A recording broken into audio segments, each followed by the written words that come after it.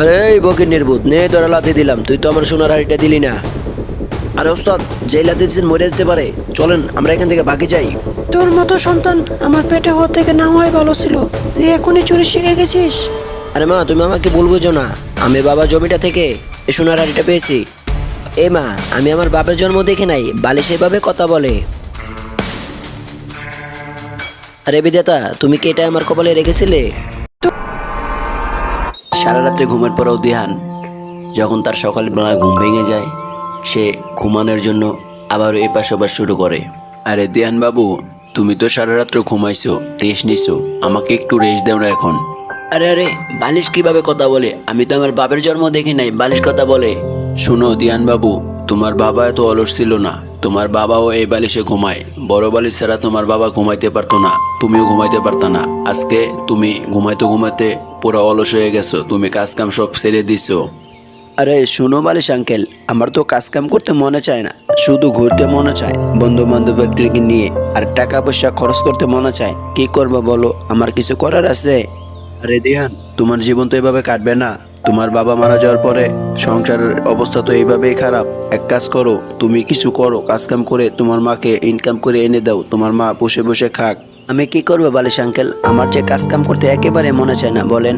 শোনো বাবা, আমি তোমাকে কি বলি, তোমার বাবা যে জমিটা চাষ করতো সেটা অনেক দিন যাবত পড়ে আছে, তুমি ওই জমিটা চাষ করো গা।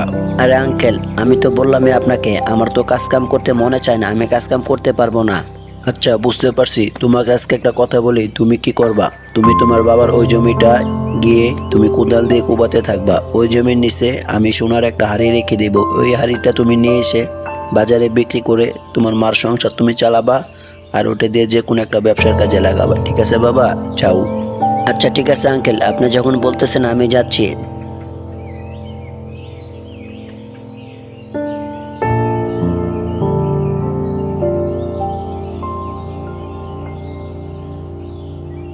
দিয়ান বাসা থেকে বেরিয়ে সে কোদাল হাতে নিয়ে তাদের জমির দিকে যাচ্ছে, যে জমিটা তার বাবা চাষ করত, বাড়ি থেকে একটু দূরে। দিয়ানের সোনার হাড়ির কথা শুনে আর তর্স হয়েছে না, সে কখন সোনার হাড়ি কোথায় পাবে বুঝতে পারতেছে না।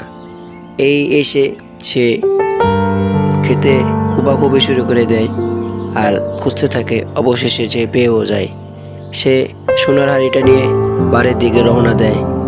আজকে তাকে অনেক খুশি মনে হচ্ছে, কারণ না সে অনেক দিন ধরে এই চিন্তাটাই করতেছিল কিভাবে বসে বসে খাওয়া যায়। তাই সে সোনার হাড়িটা পেয়ে অনেক খুশি, সে বাড়ির দিকে রওনা দিচ্ছে। পথে এর মধ্যেই তার পাড়া প্রতিবেশী এক কাকা, সেও মাথা করে কাঠ নিয়ে যাচ্ছিল।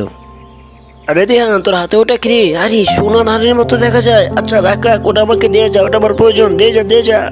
দেহানের প্রতিবেশী চাচার সোনার হাড়িটা দেখে অনেক লোভে লেগে যায়। দেহানের পিছু পিছু দৌড়ায় সোনার হাড়িটার জন্য। আর এই সময় তার আরেক প্রতিবেশী কাকা সে কুড়ুল নিয়ে যাচ্ছিল জঙ্গলের ভিতরে গাছ কাটতে। আরে ফকির চান, তুই কোথায় যাচ্ছিস? আর তুই এভাবে দৌড়াচ্ছিস কেন দিহানের পিছনে? কি হয়েছে রে ফকির চান? আরে ওই বেটা, দিয়ান তো সোনার হাড়ি পাইছে, চল চল ওরে দইরা আমরা দুইজন এটা ভাগ করে নেবো, চল চল যাই যাই। দিয়ানের পিছে দুই প্রতিবেশী চাচা তারা দৌড়াতে থাকে তার কাছে হাড়ি নেওয়ার জন্য। এদিকে দিয়ানের মা বসে সবজি কাটার জন্য প্রস্তুতি নিচ্ছে। এমন সময় দিয়ান চলে আসে সেখানে, এসে বলতেছে, আরে মা দেখো না, আমি এই সোনার হাড়িটা পেয়েছি বাবার জমিতে মাটি কাটতে গিয়ে।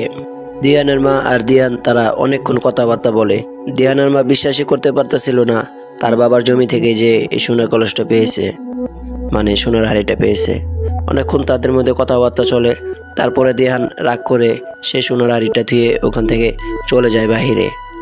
তার মা মনে মনে চিন্তা করলো, না হাড়িটা রেখেই দেই ঘরের ভিতরে, সত্য হতে পারে আমার ছেলেটা তার বাবার জমি থেকে এটা পেয়ে নিয়েও আসতে পারে।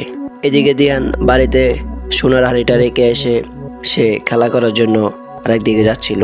এমন সময় তার পাড়ার দুই প্রতিবেশী কাকা তাকে দেখে একটু ক্ষিপ্তভাবে তার দিকে এগিয়ে আসে।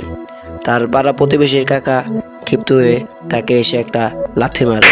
আরে এই ফকির নির্বুত নে, এমন ভালো হয়েছে না, তুই সোনার হাড়িটা দেশ নাই, এবার রাস্তায় পড়ে থাক। তার প্রতিবেশী কাকা তাকে লাথি দেওয়ার পরে সে মাটিতে লুটিয়ে পড়ে।